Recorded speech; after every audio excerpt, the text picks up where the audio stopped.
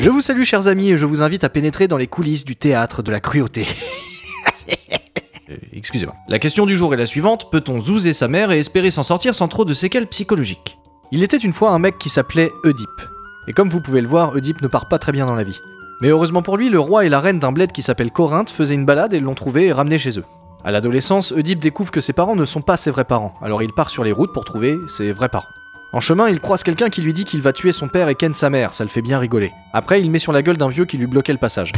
Il croise aussi une créature chelou, mi-meuf, mi-chat, qui lui pose une question super compliquée à laquelle personne n'a jamais su répondre. Mais Oedipe, lui, connaît la réponse.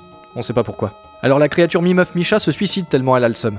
Le peuple est tout content parce que ça faisait longtemps que la créature foutait le bordel dans la ville. Oedipe devient roi de cette ville qui s'appelle Thèbes et épouse la reine. Mais pas longtemps après, il y a un genre de peste dans la ville. Tout le monde meurt. Alors le peuple demande à Oedipe de se bouger le cul. Il décide d'aller voir des devins qui lui disent que pour stopper le genre de peste, il doit trouver et marave le mec qui a tué Laios, qui est l'ancien roi de Thèbes. Après, Oedipe demande à son beauf, Créon, de venir parce qu'il se dit que c'est lui le coupable, et il veut le buter. Mais Jocaste, sa femme, la reine, dit « S'il te plaît, ken pas mon frère, attends les résultats de l'enquête ». Comme c'est sa meuf, il dit ok, et il dit à Créon de se barrer. Il en profite pendant que sa femme est là pour lui demander de lui décrire son ex, Laios.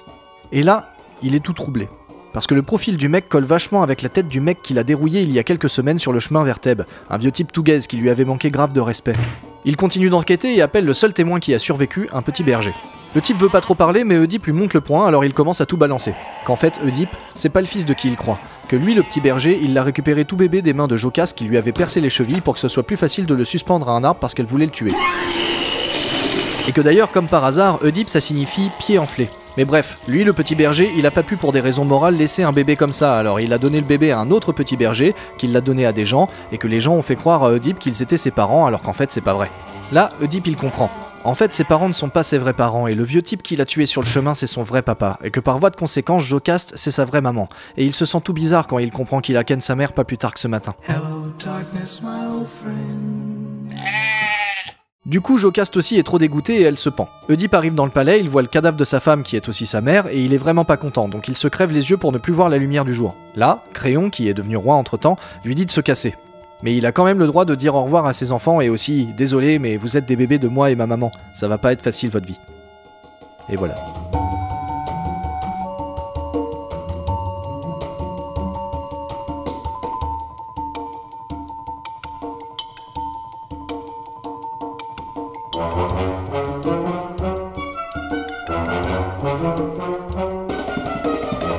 Mort de la banane, première.